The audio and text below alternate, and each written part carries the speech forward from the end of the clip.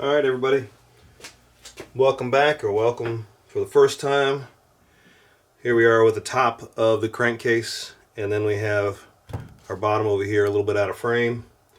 We have our new crankshaft, the original balancer, new pistons, connecting rods, rings, bearings are here, just about everything. So this video is probably going to be a little bit longer because we're going to go and put this whole thing back together. I'll speed it up where I can. But initially what we're going to do is get our pistons on a connecting rod, then get our piston rings on, put that down in there, get the crankshaft and the bearings on one piston. And we're doing it one at a time because these guys are different in that they have different bearing sizes. And one of the last videos we went through, we kind of looked at that. This one is a 4. This one's a 5. Hopefully you can see that. And they have brown and black bearings.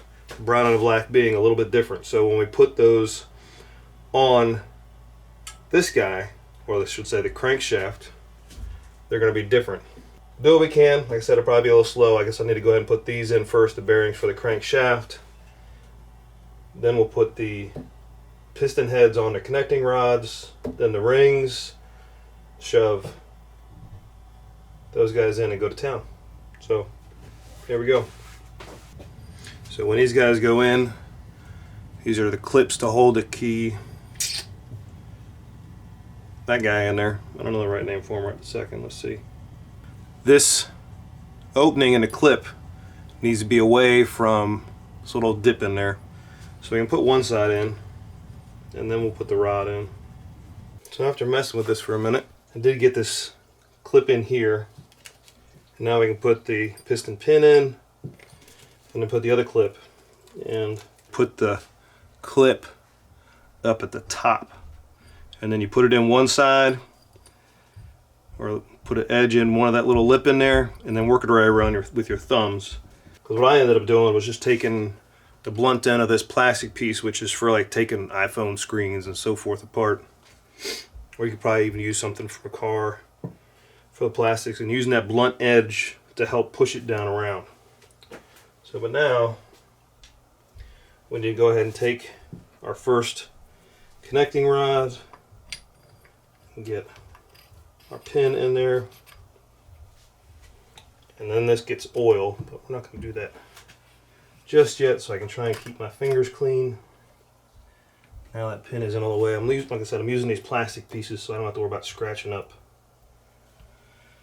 the piston or anything like that, at least as little as possible. So kind of taking this plastic piece and pushing it around at the top first, and then holding it there with my thumb.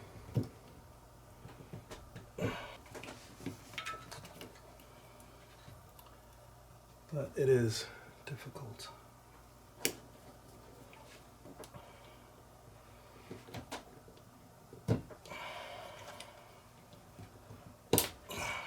There we go.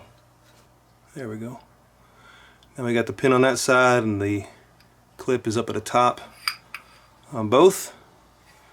We're ready to rock and roll. Alright, good to go. Both those are ready. Now we need to go ahead and do our rings. Now these are all supposed to have a letter or something, so you know which one goes, or which side goes up first. And you can see perhaps right there, there's an LT, so that is the top of the ring. This one has a 2T, so I guess that LT is probably a 1T. So the second ring, there you go, 1. And we have our oil rings. Man, these guys are, I thought there was only one ring here, but these guys are just super thin. Okay, so mistake number 1. On these pistons, there is a letter here, Y, and when the Y is pointing left, the dot on the piston is supposed to be up. Now I know you missed a whole bunch of excitement while I was getting these in.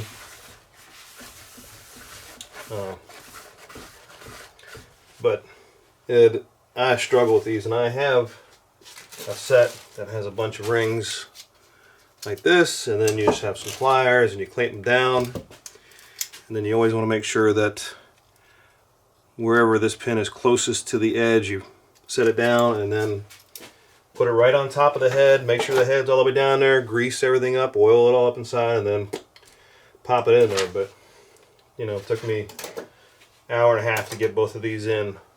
I would probably look at using something different than this, and if I do another one I might buy something different. It's just very frustrating, and it's actually very difficult. So, but now that we have these in, oh, and second problem I had is you need to put a piece of wood underneath, because I would get the oil screen, which is always the hardest because it's the smallest, and it just pops out if there's any little space in here. But the connecting rod was hitting the bottom of the table, so I didn't get the top ring in. So figured that out. Oop, don't put it down. All right, so let's put this, maybe push them in just a little bit more and turn it upside down. We'll go back this way, and now we'll look at putting all the bearings in. And all right, so if we're looking at the engine, the dots on the pistons are supposed to be the exhaust, and we have those in the right place. We have the coolant here, which is coming in, and we have the cool air coming in for the clutch, primary clutch, I'm going to guess. And then the large valves are for the intakes, and the small valves are for the exhaust. And if we look at the valve head, I'm trying to be careful, I won't drop anything out of it, still got things in there. You have large valves and the small valves, and the large ones are on this side, which are part of the clean intake. You don't count all the mud. And if we flip it over like this, then we have the exhaust, which we can see is dark, and the large valves are on top, which matches up here on these guys, and the small valves for the exhaust are down here at the bottom. So we all match up that way, and those are pointing in the right direction. The pistons are pointing in the right direction. But I suppose that still does not mean our rods are in the right direction. So let's look at this part again, because we got to get this right.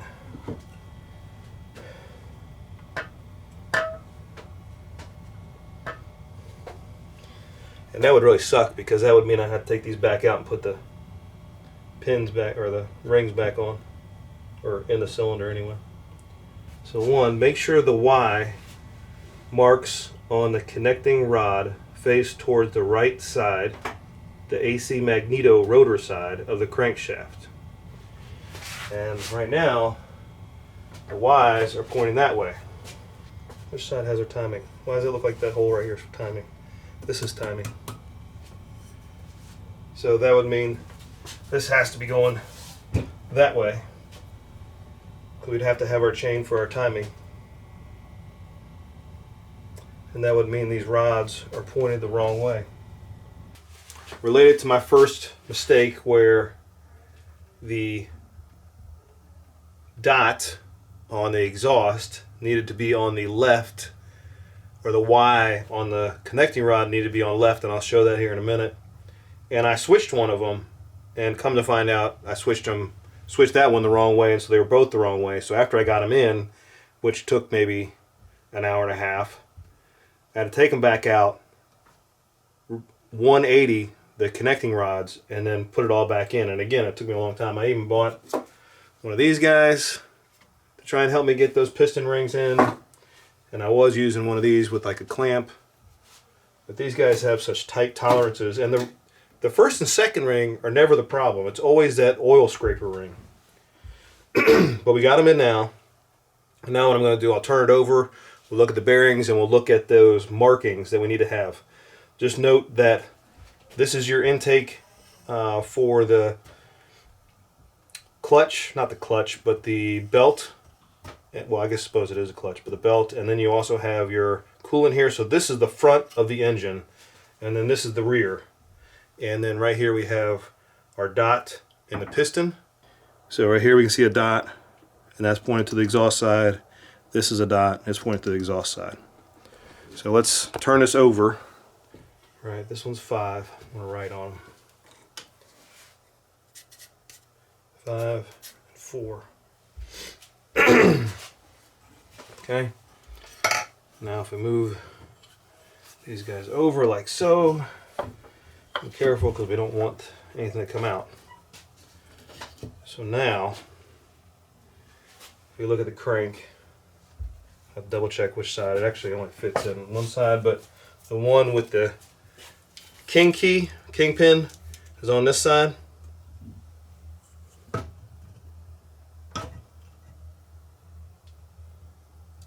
Right, and it's also the one that has the timing chain piece right here. And then we also have our hole for the timing chain right here, so we know we're good on this side. This is the side it goes on. So we have our bearings in here. We probably need to put a little oil on them and then look at the... Alright, so we're looking at the side of the engine. This is where the timing is, and it's also where the Magneto goes, because that uses the kingpin, which is on this side. And if we look in here, hopefully you can see it, but that has an L on the connecting rod. Okay? And now that L has to be pointing towards the timing and towards the Magneto. That's where it's supposed to be. So what happened with the pistons is that if you're looking at it and the piston's up, if you're on facing, one side of it, it's on the left, the Y on the connecting rod. And if you're looking at it from the other direction, it's up here. So, even if you have, let's say this is the piston and this is your dot. If you're looking at it from this angle with the top of the piston right here, now this is your left. But then if you come over on this side and you look at it from this way, this side is your left. And so that's how I got reversed. Because it doesn't say, which side of the piston are you looking at? Are you looking at it from the bottom or are you looking at it from the top? So that's something to be careful of. It needs to be, the L on the connecting rods need to be pointing towards the timing chain, and then your dot on the piston itself needs to be pointing towards the exhaust, which is down here. So, alright, now let's get these bearings on. And they all go on one way. It's got a little kind of a lip on there right here, and it's got a lip on the connecting rod for it to fit in, so it's only going to go in one way. Looks like all these guys just get engine oil, except for you're going to use the extra slick stuff, which is this ultra slick from Permatex 81950, and that's going to go on the bolts, threads of the bolts for the connecting rods, the threads of the nuts for the connecting rods, and then on top of these, the bottom part of the connecting rod on this metal piece right here, so that you can turn it and not have a problem. So make sure that projection C on the connecting rod cap faces the same direction as the Y mark on the connecting rod. So where better picture sure would help, but pretty sure the projection is going to be this little knob that is out on the top here. So it'll go on like so, because we can see the Y through here, and over here is the timing and the Magneto. Oil on it first, on all these little pieces.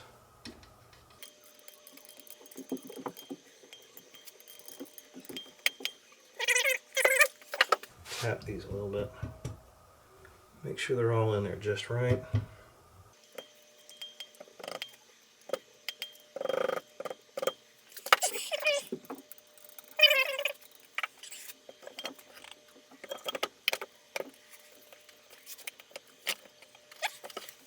Now I'm just twisting it to get the rod in there to fit just right. We'll do this one first. We need our bearing. Just gonna pop that guy in there. Just right, and now we need our extra lube. and it's just engine assembly lube. Right.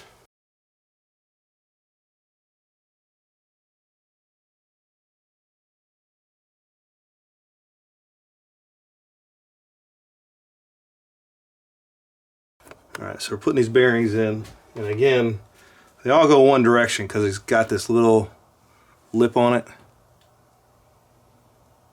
We can zoom in there, right there. And so I'm just going to go and put these in so we have them in the right spot.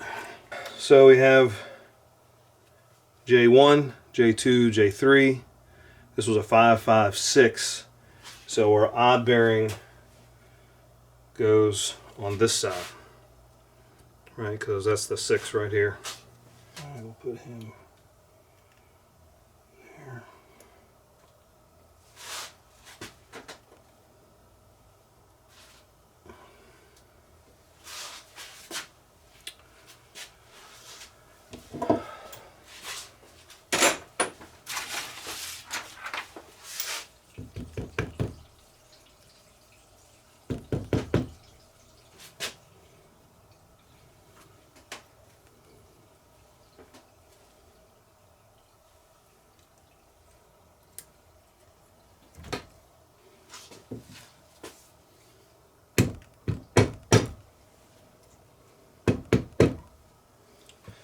This guy connects like this, so J3 is on, let's zoom out maybe.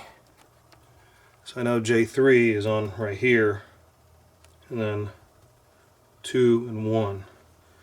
That's because I know that these coolant pipes that are right here at the bottom fit right here.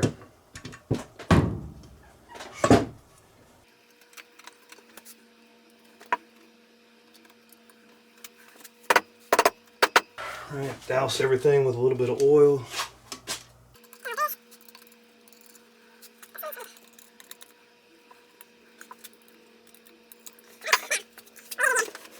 I might bring it over. Let's turn this guy a little bit until we find an indentation.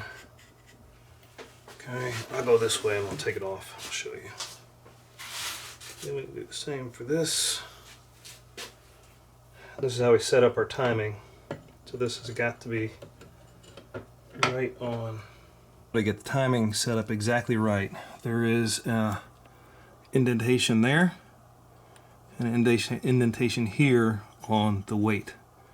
So these two have to be just lined up, and we can see right there that there's a male and a female, so they match up exactly just right. And now we know these guys are set up for timing because you got to have your weights in the right direction. The next part is going to actually be putting down some RTV gasket on some of these inside layers and around the outside, and then putting the bottom transmission on and sealing it up. So before we do that, we need to, there's, I don't know, like 20 screws that need to go in here, so we need to make sure we have the right ones all labeled out because they're different sizes. We need to get our other dowels ready to go or in here, and I'm gonna get all that prepped before we go any further. Alright guys, we're ready to put these two halves together. I've cleaned where we're going to put the RTV with brake cleaner. It's had a little bit of time to dry, and we're just going to put a tad bit. I've also got all my bolts down here over off camera labeled and with sockets, so they're ready to go. So all we got to do is put them in the right slot and follow the torque specs. So the first thing we need to do is go ahead and put on the RTV, and I'm just using this ultra black Permatex gasket maker, oil resistant, and we're just using, like I said, very, very little. Alright, that's what we're going with. Now what do I do with the cap? Good. So now we'll flop this over, and then we'll get to tightening down. And we have 3 dowels in there. This one, and this one.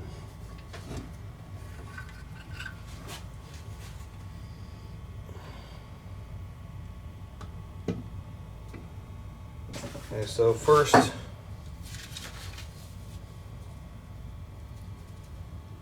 supposed to finger tighten all of them. Alright, so we got all our bolts tightened up, and now we got to get our oil pump in there. Slide this guy in. We have 2 new gaskets right there.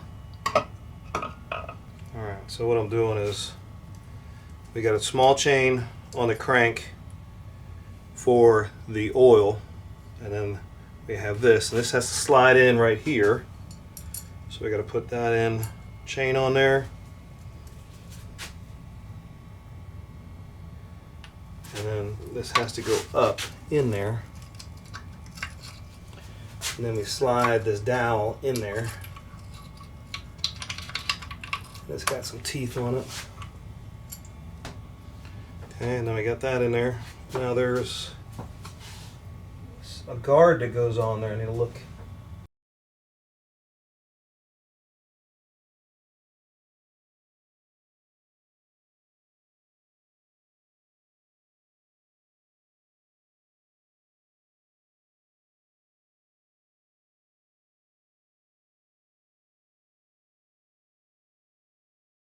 Alright, I'm going to put this timing chain on because it does not look like you can get it back on later under that piece. So we're just going to drop that down in there, put it over the crank, and then we'll put this piece back right here. Okay, so we have this guy right here. Now most of these O-rings are like $1 to $4, and they probably don't need to be replaced. But at the same time, while I took it all apart, I did not want to end up being a short one and not being able to put it all back together. So that's another reason why we have them on.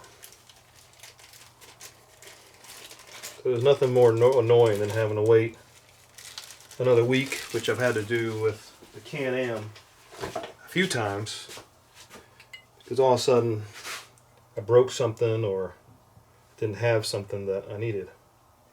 Let's get a little bit of oil on there. Okay, go in. No, go in just like so. Right, just right. A little bit of oil on the O-rings.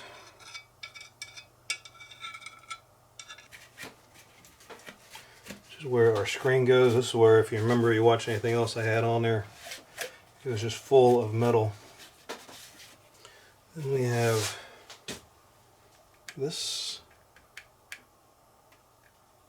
like so, and I think I might put drench that in a little bit of oil there too.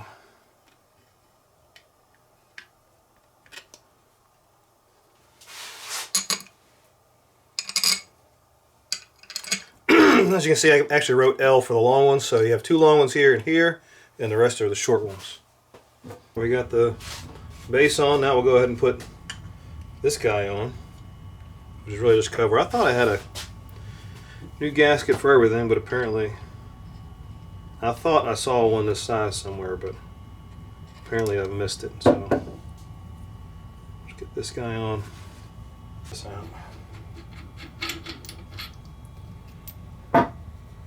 Goes on here. Let me take my tape off.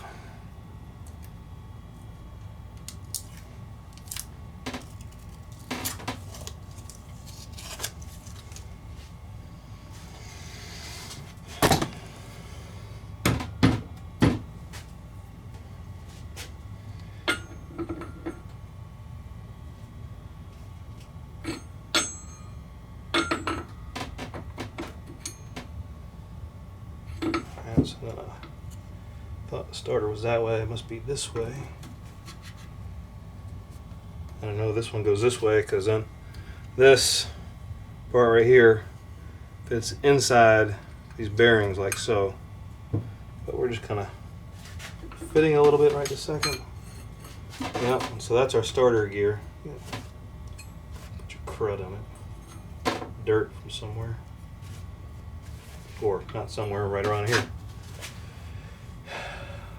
So so let's see. And then if we look at our starter, he comes in right there. Actually right in here, but he's got the right size gears, so he's ready to go. So let's see first if I can get this in here.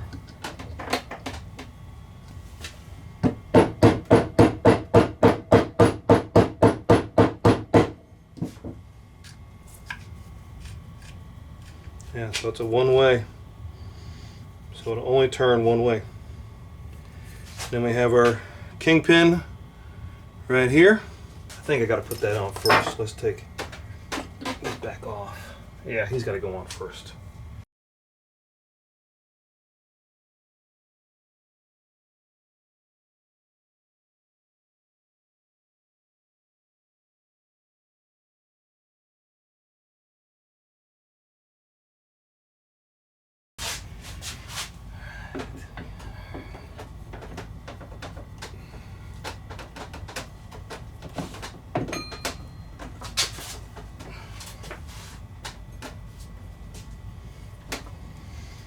All right.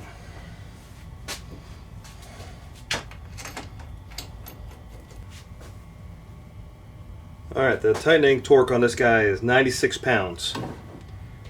I don't have any way of holding it, so choose a big dog.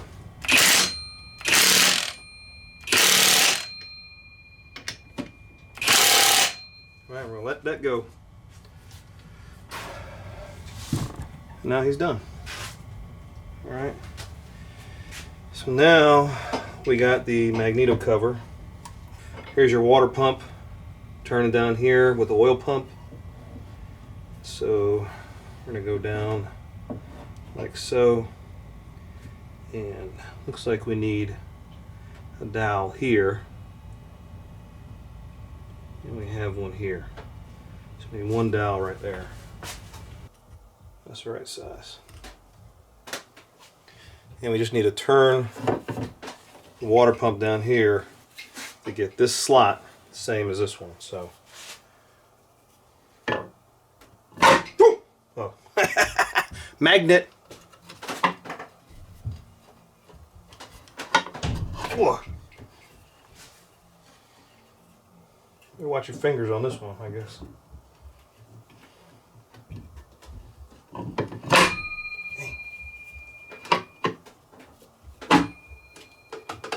Alright, you can see that water pump's not moving.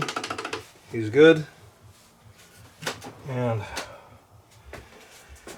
I forgot the gasket. Now I need to wipe off. There's a little extra RTV right there. And right here, we're just going to wipe that off. So our gasket's on there good and the rest is clean. I've already cleaned all these guys off. Watch your fingers when it snaps in. And don't tear your gasket. Come on, baby. Ah.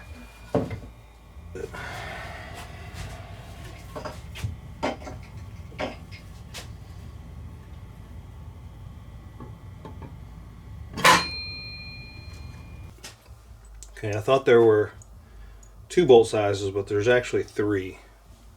So if we look at these, this one is a little bit shorter, and then we have a very short.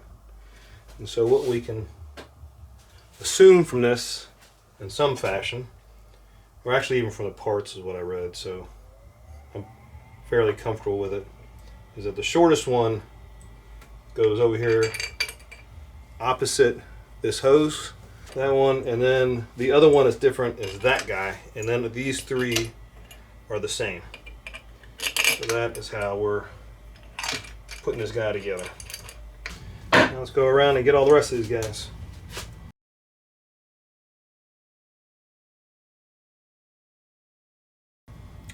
There is kind of like a kingpin. You can see this guy's kind of wider right here, and I can see there's one here. And we'll put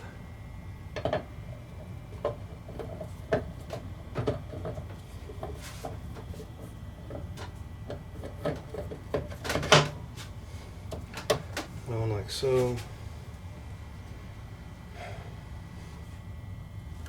Oops. Yeah, I thought that was on backwards. Yeah, that's backwards, so we gotta go this way. He's on there.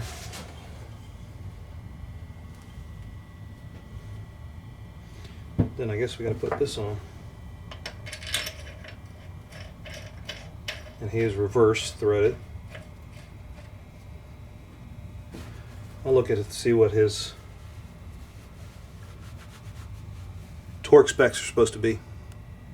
Alright, that bolt is supposed to be 140 pounds. I don't have any way to keep the motor still, so we're just going to twist it. Remember though, this is reverse threaded, so we got to actually put it on reverse to tighten it down.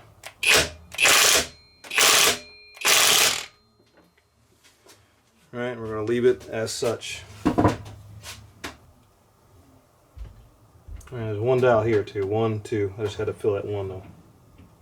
And let's see. Go on this way.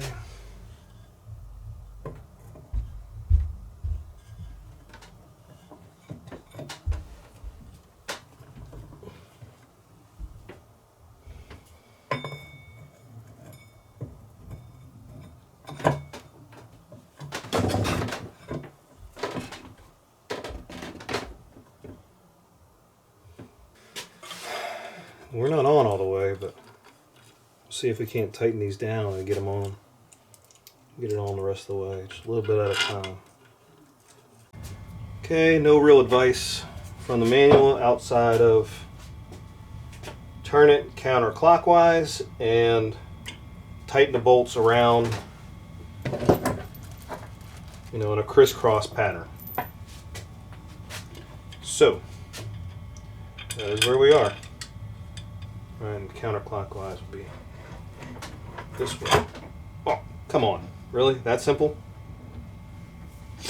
Alright, whatever. And when I was thinking about it, I have not turned this thing yet. Let me put a little oil in there.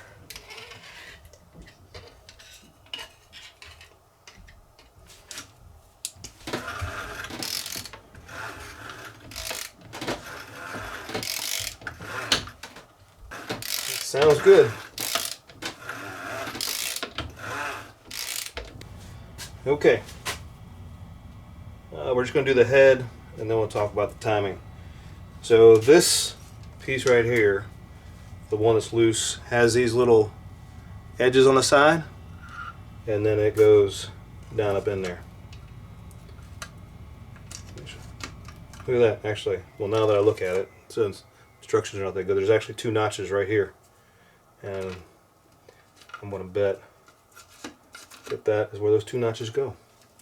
I got that new head gasket on, but we need our dowels. There's one up here, one down here.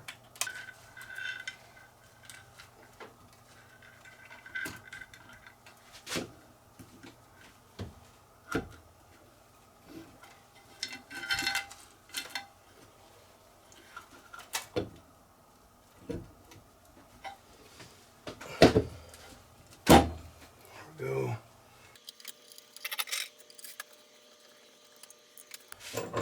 Head bolts get oiled down on the washers and on the threads. First we're going to do 15 pounds. Going 1, 2, 3, 4, 5, 6.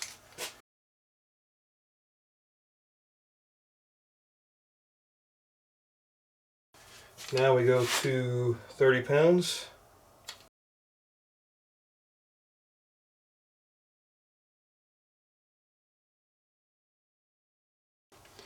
That now you loosen it, which is not something I necessarily heard of before, but whatever.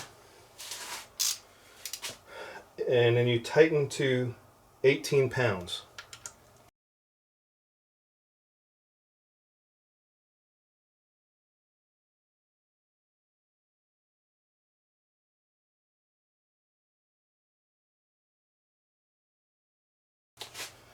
And that is it for the head bolts. And sorry, I forgot these. These got to go in there too. These are just 8 pounds of torque though, not much. Now for the timing. Okay, so the first thing we need to do is find the number 1 here while turning the crank counterclockwise. You're looking for that mark here. It needs to be the one with the H, right? Right, and now if we turn it just a little bit more, this will be clockwise. And a little bit more, I'm not saying like millimeters. You'll see a 1, and that is what you lined up with those 2 bars there that are going up and down. Right. And now I'm offset a little bit with the light and the camera, so it doesn't look like it's lined up, but it is lined up perfectly. There's an E right there, and that bar under the E is parallel with the cylinder head. And then if we go to this side, we have another bar right here, and that guy is parallel with the cylinder head. And now our timing is set up correctly. So now we go ahead and put our cam lobes on, and we gotta adjust our tensioner so it's ready to spring back. So this is a spring chain tensioner, and inside here we have a head, and we have a spring, and then we have a spiral. And this thing twists inside this, okay? And now on this guy we have 2 C-clips. Of course they're in the wrong position for me right now, but you get it in one, and this ridge right here holds it in place. And then what you're supposed to do is put it in a compressor and then get this other C-clip around here, and then once you tap it, it comes off and releases the tension. My problem is that anytime I cannot get this down in, even with on a vise, it just doesn't go in. And so what I found though is if I clean it up really well and take all the grease off, I can get this spring to stick a little bit in, and I can get it further down, but I still can't get it far enough to get that clip on here. So, okay, I don't know if you guys can see this. I almost have it there. We're about, I don't know, maybe a 1/4 inch. And I have the towels in here between a vise, and this is the best way I found to do it so far. Is you can't have it too tight because you got to be able to turn this piece without turning the pin, and that makes for turning the pin clockwise. And then I take my pinky and we twist it, close the vise a little bit,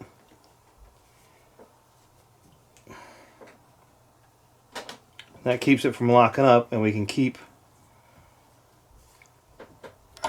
If you get it too tight, you gotta loosen it again.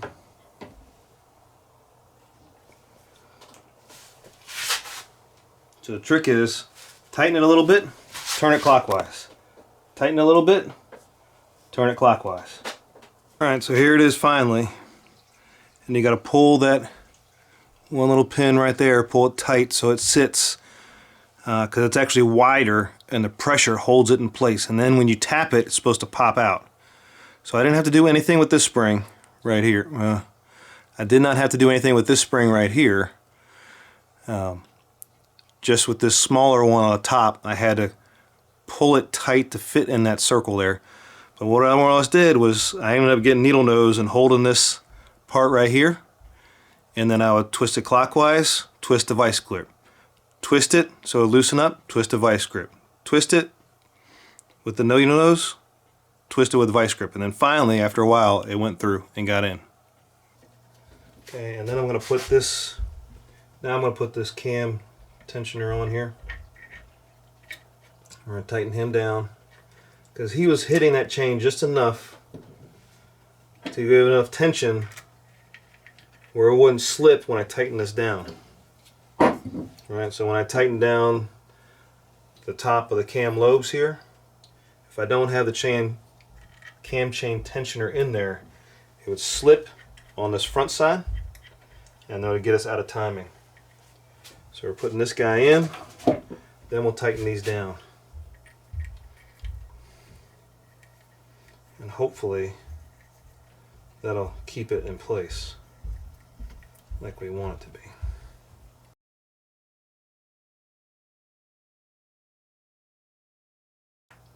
Right here is where it usually slips, is when I'm getting this back one. Pulling it down tight. And I have not heard it pop yet. I don't know if I'm recording.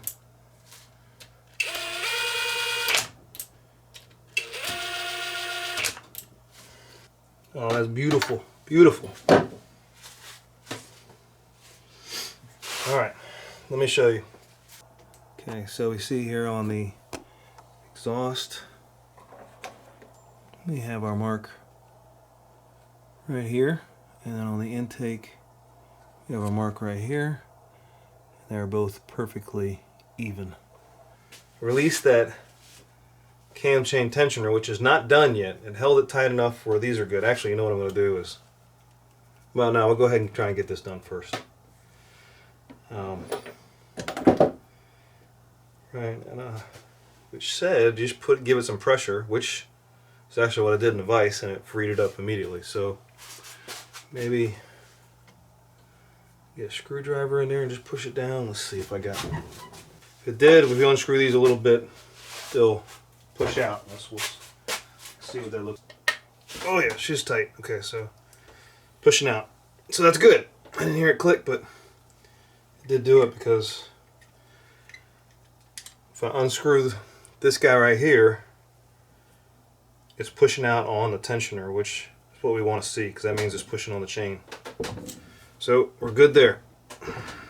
Turning this over. Now they tell you, let's see, I guess this would be clockwise, towards the front anyway, because they want you to keep the chain tight on the exhaust and not to lose your timing. But we're pretty tight right now. I don't think we have to worry about that.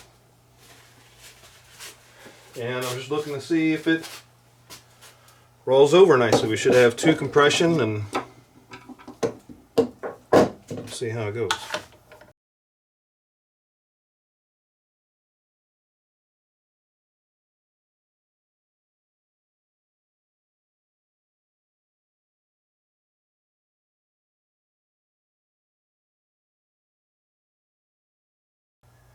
Intake and exhaust are still lining up very nicely. And then while we have those 2 lines, we can see we have our intake parallel right there, and our exhaust parallel right there. We're good to go. Alright, just to cover a few things that were important. Got a mark here with the H, and then the one next to it, 2 I's. But when you tighten these down, there is a little bit of pressure from the valves. And once you have these lined up, you got to have this guy in. You don't, the chain tensioner, you don't have to have them expanded, but you got to have them a little bit of pressure on there. And that'll keep these guys from jumping on the chain when you tighten these guys down. It doesn't say that in the manual. I'm telling you from experience. So next we're just going to, we don't need to watch this stuff. I'm just going to put this cap on, and in the next video we're going to take this guy and we're going to stick him in the side by side, and at the end of it we'll turn it over and see what happens. So a few days on that. We'll see you later. Bye.